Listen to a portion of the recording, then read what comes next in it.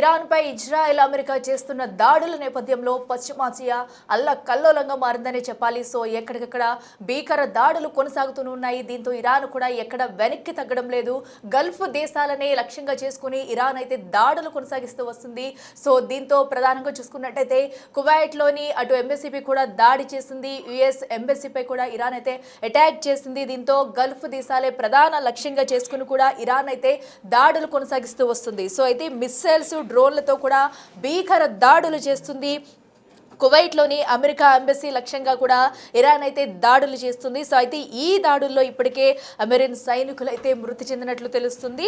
అలాగే బహ్రెయిన్లోని యుఎస్ బేస్పై క్షిపణులతో కూడా అటాక్ చేసింది ఇరాన్. అయితే బ్రదర్ నేషన్స్ అంటూనే ఇరాన్ అటాక్స్ చేస్తూ వస్తుంది. సో ఇంకా ఈ దాడులు ఎంతవరకు చేయబోతుంది అనేది కూడా ప్రస్తుతం ఉత్కంఠంగా మారిందనే చెప్పాలి. అమెరికా మిత్ర దేశాల లక్ష్యంగా కూడా అటాక్ చేస్తూ వస్తుంది. ఏదైతే ఇప్పటికీ ఇజ్రాయెల్ అమెరికా తీసిన దెబ్బకు కక్ష తీర్చుకుంటామన్న రీతిలో కూడా ఇరాన్ అయితే ఎక్కడ వెనక్కి తగ్గకుండా దాడులను కొనసాగిస్తూనే ఉంది. అయితే ముఖ్యంగా ఆయిల్ రిఫైనరీ కేంద్రాలపై కూడా ఈ దాడులు కొనసాగిస్తుంది. సౌదీ అరేబియాలోనే అతిపెద్ద ఆయిల్ రిఫైనరీ డ్రోన్లతో దాడి చేస్తుంది. సో ఎందుకంటే ఏదైతే ఆయిల్ రిఫైనరీ ఏదైతే ఉందో సో అది అతిపెద్దది ప్రపంచంలోనే. సో దానిని కూల్చేందుకు కూడా ప్రయత్నాలు అయితే చేస్తూ వస్తుంది. దీనిపైనే ఎక్కడా కూడా తగ్గకుండా అయితే అటాక్ చేస్తూ వచ్చింది ఇరాన్ అయితే. సో ఇరాన్ దెబ్బకు సౌదీ అరేబియాలోని ప్రపంచంలోనే అతిపెద్దదైన రాస్ తునూరా ఆయిల్ రిఫైనరీ ఫ్యాక్టరీని క్లోజ్ చేసినట్లయితే సౌదీ ప్రకటించింది.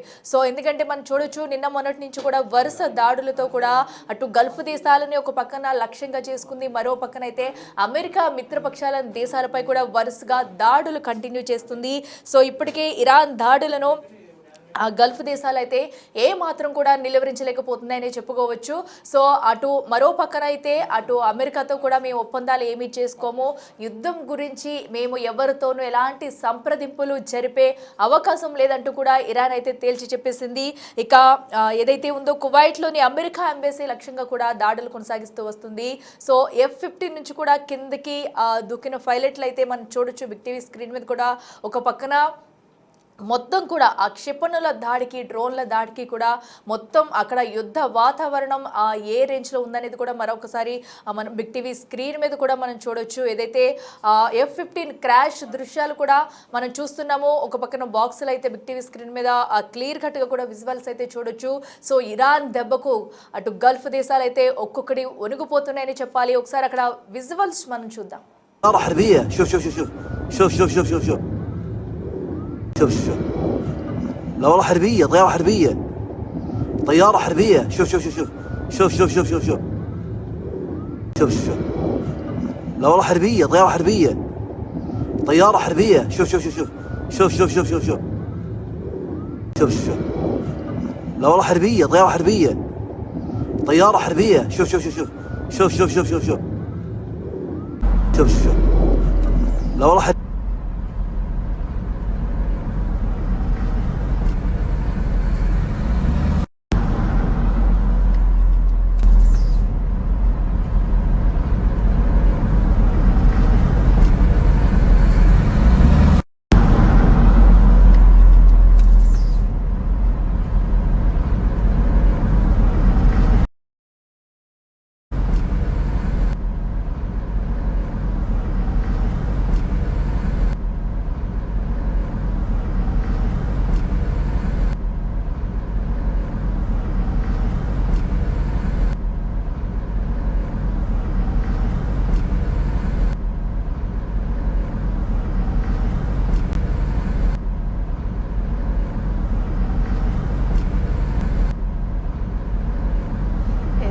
మరింత సమాచారం అందించేందుకు మా అసిస్టెంట్ ఎడిటర్ రామ్దాస్ అందుబాటులో ఉన్నారు. రామ్దాస్, మనం చూస్తున్నాము ఏదైతే అటు గల్ఫ్ దేశాలనే లక్ష్యంగా చేసుకుని కూడా ఇరాన్ అయితే ఇంకా దాడులు కొనసాగిస్తూ ఉంది. ఎక్కడ కూడా మేము వెనక్కి తగ్గేదే లేదు, ఎవరితో కూడా యుద్ధానికి సంబంధించి సంప్రదింపులు జరపమంటూ కూడా తేల్చి చెప్పింది. నెక్స్ట్ ఇరాన్ స్టెప్ ఎలా ఉండబోతుంది అనుకోవచ్చు, అప్డేట్స్ ఏంటి?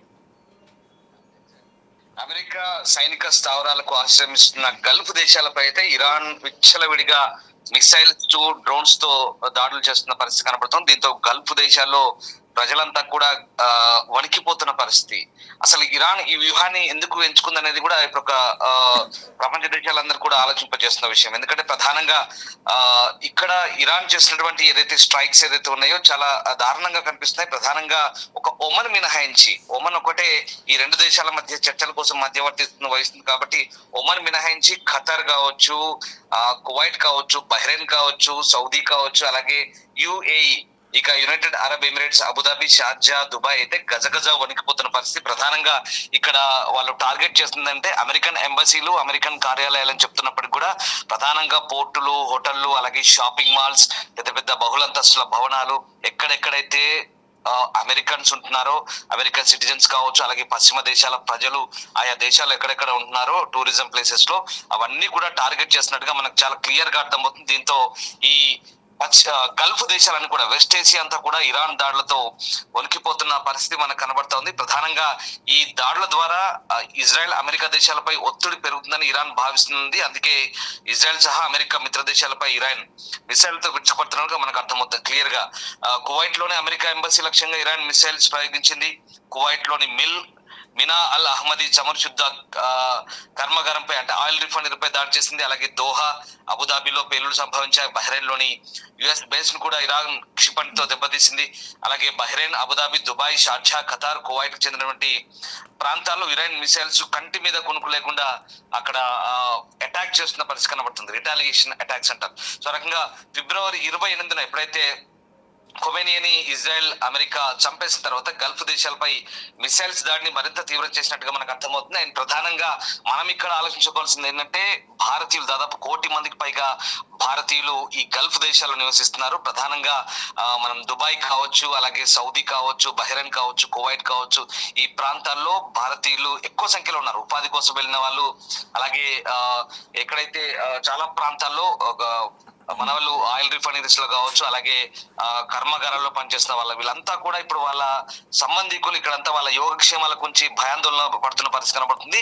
ఆయా దేశాలకు సంబంధించినటువంటి ఎంబసీలతో భారత విదేశాంగ శాఖ ఎప్పటికప్పుడు సంప్రదింపులు చేస్తుంది. నిన్ననే ప్రధాని మోదీ కూడా కేబినెట్ సెక్యూరిటీ కౌన్సిల్ తో మీటింగ్ ఏర్పాటు చేశారు. అలాగే దుబాయ్ అధికారులతో, దుబాయ్ రాజుతో కూడా మాట్లాడారు. దాంతో పాటు ఆ దాడులను ఖండిస్తూనే కావాల్సినటువంటి ఏర్పాట్లు, ప్రవాస భారతీయుల కోసం తీసుకోవాల్సిన జాగ్రత్తల చర్యల గురించి కూడా వాళ్ళతో మాట్లాడారు. ఎప్పటికప్పుడు ఎంబసీ అధికారులతో ministry of external affairs officials touch లో ఉంటున్నారు. హెల్ప్ లైన్స్ ఏర్పాటు చేశారు. జాగ్రత్తగా ఉండండి, వాళ్ళు చెప్పిన సూచనలు పాటించండి, హెల్ప్ లైన్ తో కాంటాక్ట్ లోకి రండి. ఎప్పుడు కొద్ది రోజులు అయిన తర్వాత, కొద్ది గంటల్లోనే ఈ పరిస్థితులు సర్దుమవుతాయి, ఖచ్చితంగా సురక్షితంగా ఉండమని చెప్తున్నారు. కేవలం భారతీయుల అక్కడ ఉన్నటువంటి నివాసం ఏర్పరచుకున్న భారతీయులే కాదు, చాలా మంది ఇక్కడ నుంచి వెళ్ళినవారు దుబాయ్ లో చిక్కుకున్నారు. దుబాయ్ లో చిక్కున్న వాళ్ళంతా కూడా ఇప్పుడు అక్కడే ఆశ్రయం పొందుతున్న పరిస్థితి కనబడుతోంది. అంటే అక్కడి నుంచి బయటికి రాలేక, అక్కడి నుంచి ఇతర ప్రాంతాలకు వెళ్ళలేక వాళ్ళంతా కూడా ఇప్పుడు ప్రస్తుతం దుబాయ్ లో చిక్కున్న వాళ్ళు చాలా మంది ఉన్న పరిస్థితి కనబడుతుంది. సో ఆ రకంగా ఇటు ప్రధానంగా మనం అల్ బుర్జ్ ఖలీఫా పక్కన అరబ్ బుర్జ్ ఏదైతే ఉందో ఆ హోటల్ పై కూడా దాడి చేశారు. అలాగే ఒక అమెజాన్ డేటా సెంటర్ పై కూడా అటాక్ చేసిన పరిస్థితి కనబడుతోంది. అమెరికన్ బేస్డ్ కంపెనీస్ ఏవైతే ఉన్నాయో, offices and American based centres ఏవైతే ఉన్నాయో వాటి మీద విచ్చలవిడిగా ఈ వందలాది క్షిపణులు అయితే ప్రస్తుతం మోహరించిన పరిస్థితి కనబడుతోంది.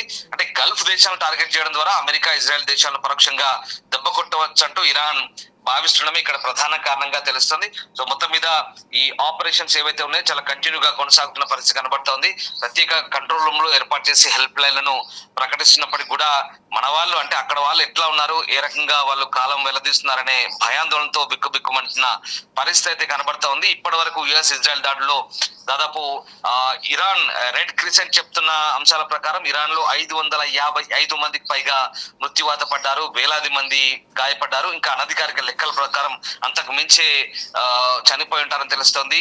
సెంట్రల్ టెహ్రాన్, పశ్చిమ ఇరాన్ కావచ్చు, అలాగే సదరన్ ఇరాన్ కావచ్చు, ఈ ప్రాంతాల్లో ఇంకా అటాక్స్ కొనసాగుతున్నాయి. యుఎస్ అలాగే ఇజ్రాయెల్ కంబైన్డ్ గా ఈ అటాక్స్ చేస్తున్నాయి. మరోవైపు ఇరాన్ వైపు నుంచి కూడా మీరు అంటున్నట్టుగా ఎక్కడా ఇరాన్ తగ్గట్లేదు, మేము చర్చలకు ఒప్పుకునేది లేదు, నెగోషియేషన్స్ కి మేము అసలు వెళ్లే ప్రసక్తి లేదు, మేము తాడోపేడ తేల్చుకుంటామంటూ ఇరాన్ కూడా ప్రకటిస్తోంది. అదే రీతిగా ఇరాన్ కూడా దాడులు చేస్తున్న పరిస్థితి కనబడుతుంది. మరోవైపు ఇరాన్ కు తోడైన హెజ్బుల్లా పై కూడా ఇటు ఇజ్రాయెల్ విరుచుపడింది. ఇవాళ సదరన్ లెబనాన్ పై చేసినటువంటి దాడుల్లో 32 మంది చనిపోయారు. అందులో ఒక హెజ్బుల్లా కమాండర్ కూడా ఉన్నట్టుగా తెలుస్తోంది. సో మొత్తం మీద ఇటు attacks and retaliation attacks overall గా అటు ఇప్పుడు జెరూసలేం మీద కూడా ఇరాన్ అటాక్ చేస్తుంది.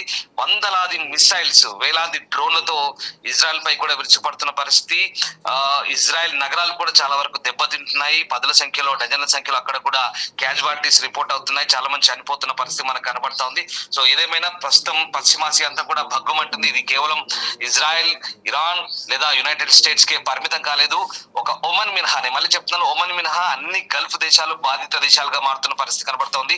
ఒకవేళ ఇరాన్ గనుక ఓవైపు వీళ్ళంతా కూడా మా మిత్ర దేశాలే మమ్మల్ని అర్థం చేసుకోవాలి, బ్రదర్ నేషన్స్ అంటూ చెప్తూనే ఇరాన్ ఎఫ్ఎం అంటే ఫారెన్ మినిస్టర్ చెప్తున్నారు, అబ్బాస్ అరాక్చి, వీళ్ళంతా కూడా మా బ్రదర్స్ లాంటి వాళ్ళే, మేము వాళ్ళతో మాట్లాడడం, అర్థం చేసుకోమని చెప్తున్నాం అంటూనే తెగించి మరీ మిసైల్స్ దాడి చేస్తున్నారు. ఎక్కడికక్కడ ఆయా దేశాల సార్వభౌమాధికారంపై దాడులు చేసినట్టుగానే వాళ్ళు పరిగణిస్తున్నారు. ఈ దాడులు కనుక తీవ్రమైతే ఖచ్చితంగా గల్ఫ్ దేశాలని ఏకమై మళ్ళీ తిరిగి ఇరాన్ పై ఒక వ్యతిరేక సంకీర్ణ కూటమి కూడా ఏర్పడే అవకాశం అయితే మనకు కనిపిస్తోంది. సో మధ్యప్రాచ్యాన్ని అయితే ఈ దాడులు అతలాకుతలం చేస్తున్నాయని చెప్పవచ్చు. ప్రధానంగా కువైట్, ఖతర్, యుఏఈ, బహ్రెయిన్ వంటి గల్ఫ్ దేశాలపై దాడులు జరుగుతుండడంతో అక్కడ ఉద్యోగాలు చేస్తున్నటువంటి లక్షలాది మంది ప్రజలు, ముఖ్యంగా ఇండియన్స్, అందులో తెలుగు వాళ్ళు ఎక్కువగా ఉన్నారు. ప్రధానంగా మన ఉత్తర తెలంగాణ నుంచి చాలా మంది పోతారు. జగిత్యాల, మెట్పల్లి, కోరుట్ల, నిజామాబాద్, సిద్దిపేట, సిరిసిల్ల, అలాగే కరీంనగర్, పెద్దపల్లి, ఈ ప్రాంతాల్లో ఎక్కువ మంది వెళ్తుంటారు. దాంతో పాటు కడప జిల్లా, రాజంపేట, అన్నమయ్య జిల్లా, అలాగే ఉత్తరాంధ్రకు సంబంధించినటువంటి శ్రీకాకుళం వాళ్ళు కావచ్చు, వైజాగ్ వాళ్ళు కావచ్చు, దాంతో పాటు కొంతమంది రాజమండ్రి ప్రాంతాల వాసులు కావచ్చు, అలాగే కర్నూలు, కడప ఈ ప్రాంతాల వాళ్ళు కూడా ఎక్కువ మంది వెళ్తుంటారు. వీళ్ళంతా కూడా ఇప్పుడు బిక్కుబక్కు అంటూ గడుపుతున్న పరిస్థితి కనబడుతోంది. ఎక్కడికక్కడ ఆకాశంలో పేలుళ్ల దృశ్యాలను బంధిస్తూ వాటిని చూస్తూ రీల్స్ తీస్తూ చాలా వరకు తమ వాళ్ళకి సెండ్ చేస్తున్నారు. అలాగే తమ వాళ్ళకి వీడియో కాల్స్ మాట్లాడుతూ మేమంతా క్షేమంగానే ఉన్నాం, మీరేం భయపడద్దంటూ వాళ్ళంతా కూడా వాళ్ళందరికీ చెప్తున్న పరిస్థితి కనబడుతుంది. సో ఏదేమైనా పశ్చిమాసియాలో పరిస్థితులు బాగాలేవు. మరోవైపు హాలిడే ట్రిప్ కోసం వెళ్ళి ఇక్కడ ట్రాన్సిట్ వీసాపై వెళ్ళిన టూరిస్టుల పరిస్థితి మరీ దారుణంగా ఉంది. వాళ్ళు బయటికి వెళ్ళలేక, అక్కడ గడపలేక చాలా ఇబ్బందులు పడుతున్న పరిస్థితి కనబడుతుంది. చాలా మంది హాలిడే ట్రిప్ కోసం దుబాయ్ వెళ్తుంటారు. దుబాయ్ టూరిజం కోసం వెళ్ళిన వాళ్ళంతా కూడా ఇప్పుడు చాలా మంది చిక్కున్నారు. వాళ్ళు చాలా మంది హైదరాబాదీస్ కూడా ఉన్నారు. చాలా మంది ఇబ్బందులు పడుతున్న పరిస్థితి కనబడుతుంది. ఎప్పుడు ఏ మిసైల్స్ ఎక్కడి నుంచి వచ్చి పడతాయో ఉన్న భయం ఇప్పుడు వాళ్ళందరినీ కూడా వెంటాడుతున్న సిచ్యువేషన్ అయితే మనకు కనబడుతుంది. సో ఏదేమైనా సిచ్యువేషన్ అయితే పూర్తిగా చేయి దాటిపోయే అవకాశం కనిపిస్తున్న నేపథ్యంలో ప్రస్తుతం కొన్ని ప్రపంచ దేశాలు జోక్యం చేసుకోవాల్సిన పరిస్థితి మనకు కనబడతా ఉంది. ఇరాన్ డ్రోన్ దాడులతో ప్రధానంగా బహ్రెయిన్ రాజధాని మనామాతో పాటు దుబాయ్, దోహా, అబుదాబిలోని ప్రాంతాల్లో ఇవాళ అంటే నిన్న జరిపినటువంటి దాడుల శబ్దాలు విన్నట్టుగా చాలా మంది సోషల్ మీడియాలో అప్లోడ్ చేస్తున్నారు. ఇరాక్ లోని ఎయిర్పోర్ట్ సమీపంలోని 2 డ్రోన్లను ఆ దేశ గగనతల రక్షణ వ్యవస్థలు కూల్చివేశాయి. ఇక సైప్రస్ లో కూడా దాడి చేస్తున్నారు. సైప్రస్ లోని బ్రిటన్ ఎయిర్ బేస్ పై కూడా ఇరాన్ దాడి చేసిన పరిస్థితి కనబడుతుంది. దీంతో ఆ డ్రోన్ దాడులను కూడా ఇప్పుడు బ్రిటన్ అవుట్ రైట్ గా అమెరికా తమ స్థావరాలను మొన్నటి వరకు నిరాకరించిన బ్రిటన్ కూడా ఇప్పుడు యుద్ధంలో ఇండైరెక్ట్ గా కాకుండా డైరెక్ట్ గానే సహకరిస్తుంది. అమెరికా, ఇజ్రాయెల్ తమ ఎయిర్ బేస్ లో వినియోగించుకోవచ్చు అని చెప్తున్న పరిస్థితి. అండ్ ఫ్రాన్స్ కూడా డైరెక్ట్ గా రంగంలోకి దిగింది. ఇప్పుడు France, Britain, Israel, United States ఈ దేశాలన్నీ కూడా జాయింట్ గా, అంటే ఫ్రాన్స్, బ్రిటన్ నేరుగా రంగంలోకి దిగట్లేదు, కానీ సైనిక సహకారం అందించేందుకు సిద్ధమవుతున్నాయి. యుఎస్, ఇజ్రాయెల్ మాత్రం నేరుగా అటాక్ చేస్తున్న పరిస్థితి కనబడతా ఉంది. సో ఎక్కడ చూసినా ఇటు ఇజ్రాయెల్ లోను, అటు ఇరాన్ లోను, ఇటు ఈ ప్రాంతాల్లో సైరన్ల మోత మోగుతుంది. జనాలంతా కూడా బిక్కుమంటూ గడుపుతున్న పరిస్థితి కనబడతా ఉంది. ఎవరికి వారు ఎయిర్ డిఫెన్స్ సిస్టమ్స్ ని యాక్టివేట్ చేసి ఈ మిసైల్ ను అడ్డుకునే ప్రయత్నం చేస్తున్న పరిస్థితి కనబడుతుంది. మరొక అప్డేట్ అంతుంది. ప్రస్తుతం మనకు ఇరాన్ ఇస్ఫహాన్ ప్రాంతంలో రేడియేషన్ లీకేజ్ కొనసాగుతున్నట్టుగా వార్తలు వస్తున్నాయి. ఖచ్చితంగా ఇరాన్ చాలా ప్రాంతాలు ఖాళీ చేయమంటూ IAEA అంటే ఆటమిక్ ఎనర్జీ ఏజెన్సీ ఏదైతే ఉందో, ఇంటర్నేషనల్ ఆటమిక్ ఎనర్జీ ఏజెన్సీ ఏదైతే ఉందో, వియన్నాలో ఉన్న ఏజెన్సీ కూడా ఇప్పుడు ఒక ప్రకటన చేస్తుంది. తాజా బ్రేకింగ్ అంతుంది. రేడియేషన్ లీకేజ్ అయితే కనుక చాలా ప్రాంతాలు ఇరాన్ లో దెబ్బతినే అవకాశం ఉంది, కాబట్టి ఆ ప్రాంతాలను ఖాళీ చేయమంటూ వాళ్ళంతా కూడా హెచ్చరిస్తున్న పరిస్థితి కనబడుతుంది. అంటే ఇరాన్ పై ఇజ్రాయెల్, అమెరికా చేసినటువంటి దాడులు దాదాపు 1000 టార్గెట్స్ పెట్టుకున్నారు. అండ్ క్లియర్ గా 2500కు పైగా అటాక్స్ జరిగినట్టుగా చెప్తున్నారు. వీటి సంఖ్య మనకి ఇంకా తెలియట్లేదు. మొత్తం ఇరాన్ వ్యాప్తంగా కూడా ఇంటర్నెట్ బ్లాక్అవుట్ 48 అవర్స్ దాటుతోంది. ఇంటర్నెట్ బ్లాక్అవుట్ ఉంది కాబట్టి అసలు భయంకరమైన దాడులు జరిగాయి. కని విని ఊహించని రీతిలో నష్టం కూడా జరిగిందని తెలుస్తుంది. ఈ దాడులకు సంబంధించిన సమాచారం ఇంకా బయట ప్రపంచానికి తెలియట్లేదు. ఏం జరుగుతుందోనన్న భయాందోళన సర్వత్రా నెలకొన్న నేపథ్యంలో ప్రస్తుతం మరి చర్చలు జరపాలంటూ కోరుతున్నప్పటికీ కూడా ఇరాన్ ఎక్కడా తగ్గని పరిస్థితి మనకు కనబడుతోంది. సో ఏదేమైనా ఆ విషయాలు పక్కన పెడితే ప్రవాస భారతీయులంతా కూడా గల్ఫ్ దేశాల్లో గడుపుతున్న ప్రవాస భారతీయుల యోగక్షేమాల గురించి తమ వాళ్ళ ఆందోళన చేపడుతున్న నేపథ్యంలో ఎవరికి ఏం కాలేదు. మనం కూడా అప్పీల్ చేసింది ఏంటంటే దయచేసి పుకార్లు నమ్మొద్దు, భయాందోళనకు గురి కావద్దు, ఎవరికి ఏం కాదు, అంతా సురక్షితంగా ఉన్నారు. భారత అధికారులు ఎప్పటికప్పుడు మన ఎంబసీ నుంచి సంప్రదింపులు జరుపుతున్నారు. క్షేమంగానే అవసరమైతే సురక్షిత ప్రాంతాలకు బంకర్లలోకి తరలి వెళ్ళమని చెప్తున్న పరిస్థితి కనబడుతోంది. సో ఏదేమైనప్పటికీ కూడా ఇప్పటికైతే భారత ప్రభుత్వం ఎప్పటికప్పుడు ఆ గల్ఫ్ దేశాలతో సంప్రదింపులు జరుపుతోంది. సో ఫైనల్ గా చెప్పొచ్చేది ఏంటంటే ఇరాన్, ఇజ్రాయెల్, అమెరికా వార్ నేపథ్యంలో ఈ 3 దేశాలకి పరిమితం కాలేదు. ఓవరాల్ పశ్చిమాసియా అంతా కూడా బగ్గుమంటుంది. ఇరాన్ చేస్తున్నటువంటి దాడులతో మిగతా దేశాలన్నీ కూడా వణికిపోతున్న పరిస్థితి కనబడుతుంది. ఇప్పుడు ఇరాన్ స్వయంగా ఆ రేడియేషన్ లీకేజ్ కారణంగా ఇస్ఫహాన్, నతాంజ్ లేదా ఫోర్డో వంటి కేంద్రాల నుంచి లీకేజ్ అయితే కనుక ఖచ్చితంగా ఇప్పుడు ఇరాన్ కూడా ఎవాక్యువేట్ చేసే పరిస్థితి కనబడుతోంది. సో ఆ రకంగా ఇటు గల్ఫ్ దేశాలు అటు ఇరాన్ తో పాటు బాధిత దేశాలుగా మారిన పరిస్థితి. ఏదేమైనా భారతదేశం మాత్రం ఈ మొత్తం అంశాలన్నీ కూడా దౌత్యపరమైన చర్చలు అంటే డిప్లొమాటిక్ డైలాగ్స్ తో అలాగే కూర్చొని మాట్లాడుకోవాలి, చర్చలతో పరిష్కరించుకోవాలి. ఈ హింస మార్గం మంచిది కాదంటూ చెప్తున్న పరిస్థితి కనబడుతుంది. సో ప్రపంచ దేశాలన్నీ కూడా ఈ మొత్తం వ్యవహారాన్ని నిశ్చితంగా గమనిస్తున్న పరిస్థితి కనబడుతుంది. ఎక్కడ కూడా గల్ఫ్ దేశాలు, మీరు ఒకటి గమనించండి, ఎక్కడ గల్ఫ్ దేశాలు ఇరాన్ కు వ్యతిరేకంగానే ఉన్నాయి. అలాగే మిగతా దేశాలన్నీ కూడా కేవలం ప్రకటనలకే పరిమితమై తప్ప ఇరాన్ ఏకపక్షంగానే పోరాడుతోంది. ఇరాన్ కు ఏ దేశాలు కూడా మద్దతు తెలిపినట్టుగా మనకు కనబడట్లేదు. చూడాలి, ఇంకా అమెరికా దాడులు కంటిన్యూ చేస్తామంటుంది. ఇంకొక 2-3 వారాల పాటు కంటిన్యూస్ దాడి చేస్తామని చెప్తున్న నేపథ్యంలో ఖచ్చితంగా ఇప్పుడున్నటువంటి ఖొమైనీ రెజ్యూమ్ ని ఏదైతే ఉందో ఆ మతాధికారుల పాలన పూర్తిగా గద్దెదించి అక్కడి నుంచి లేదా వాళ్ళను యుద్ధ ఖైదీలుగా, బందీలుగా పట్టుకొని కొత్త ప్రభుత్వాన్ని ఏర్పాటు చేసి ఇరాన్ ప్రజలకు స్వేచ్ఛ ప్రసాదించేదాకా ఊరుకోమంటూ అమెరికా, ఇజ్రాయెల్ చెప్తోంది. మరి ఎక్కడి దాకా ఈ పరిణామాలు దారితీస్తాయి, ఎలాంటి సిచ్యువేషన్ కొనసాగుతాయి అనేది వేచి చూడాల్సింది. బట్ ఎట్ ఎనీ కాస్ట్ భారతీయులు ప్రధానంగా మనకు కావాల్సిన మన ప్రయోజనాలు ముఖ్యం కాబట్టి మన భారతీయులంతా కూడా క్షేమంగానే ఉన్నారు. ఇప్పటి వరకు ఎవరికి ఏం కాలేదు. ఒక దుబాయ్ ఎయిర్పోర్ట్ పై జరిగిన దాడి, అలాగే కువైట్ పై జరిగిన దాడిలో కొంతమంది ఏషియన్స్ గాయపడ్డారు. అందులో ఒక పాకిస్తాన్ నేషనలిస్ట్ మరణించినట్టుగా తెలుస్తుంది. బట్ ఇక్కడ ఇండియన్స్ కి అయితే ఎవరికి ఏం కాలేదు, అందరూ సేఫ్ గానే ఉన్నారు. భారతీయులు ఎవరు కూడా ఇబ్బంది పడాల్సిన అవసరం లేదంటే ప్రభుత్వం కూడా భరోసా ఇస్తున్న పరిస్థితి కనబడుతోంది. Okay, right Ramdas, thank you. చూస్తున్నాం కదా, ప్రస్తుతం అయితే అటు గల్ఫ్ దేశాలపై కూడా ఇంకా ఇరాన్ విరుచుకుపడుతుందని చెప్పాలి. సో ఎక్కడా కూడా తమ సైన్యం తగ్గేది లేదంటూ సో అమెరికా మిత్రపక్షాలన్న దేశాలపై, వాటి సామర్థ్యాలపై కూడా వరుసగా దాడులు చేస్తుంది. అటు మిసైల్స్, డ్రోన్లతో కూడా విరుచుకుపడుతుంది. దీంతో ఎక్కడికక్కడ అటు గల్ఫ్ దేశాల్లో ఉన్న ప్రవాస భారతీయులు కూడా ఎన్నో ఇబ్బందులు పడుతున్నారని చెప్పాలి. సో తమ ప్రాంతాల్లో కూడా ఎంతో బిక్కుబిక్కుమంటూ ఉంటున్నాము, ఎప్పుడు ఎలాంటి బాంబులు వచ్చి పడతాయి అర్థం కావట్లేదంటూ ఇప్పటికే అటు తెలుగు వాళ్ళు కూడా ఎంతో సఫర్ అవుతున్నారు. మరో పక్కన అయితే ఇంకా యుద్ధం కొనసాగుతూనే ఉంది అన్న రీతిలో కూడా ఇరాన్ అయితే ఇంకా దాడులు చేస్తూనే ఉంది. అయితే వీటన్నిటిని కూడా గల్ఫ్ దేశాలు అయితే ఏ మాత్రం కూడా అరికట్టలేకపోతున్నాయి. మరో పక్కన ఏదైతే అమెరికాతో యుద్ధం గురించి చర్చలు జరుపుతున్నాం అని వస్తున్న వార్తలను సైతం కూడా ఇరాన్ అయితే కొట్టుపడిస్తుంది. మేమైతే ఎలాంటి సంప్రదింపులు జరపట్లేదు, సో కావాలని ట్రంప్ ఇలాంటి దాడులకు పాల్పడుతున్నారు కాబట్టి మేము ఎలాంటి సంప్రదింపులు ఎవరితోనూ జరపట్లేదు, ఇక మీదట కూడా జరపాలని అనుకోవట్లేదు అంటూ కూడా తేల్చి చెప్పేసింది ఇరాన్. మరి చూడాలి, సో యుద్ధం ఎంతవరకు దారితీస్తుంది, ఇంకా వేటిని టార్గెట్ చేసుకుని అయితే ఇరాన్ యుద్ధం చేయబోతుంది అనేది కూడా ప్రస్తుతం అయితే పశ్చిమాసియా మొత్తం కూడా యుద్ధ నేపథ్యంలో కూడా అట్టుడుతుందని చెప్పాలి. సో ఏ క్షణంలో ఎలాంటి సిచ్యువేషన్ నెలకొంటుందనేది, సో అక్కడ ఉన్న ప్రజలతో పాటు ఇటు తెలుగు వారు కూడా అక్కడ చాలా ఇబ్బందులు పడుతున్నారు. ఇప్పటికే ఎక్కడిక్కడ కొన్ని ఎయిర్పోర్ట్లలో కూడా అన్ని మూసివేసిన పరిస్థితి మనం చూస్తున్నాము. దీంతో ఇటు తెలుగు ప్రజలు కూడా ఎక్కడికక్కడ చిక్కుకుని ఉన్నారని చెప్పాలి.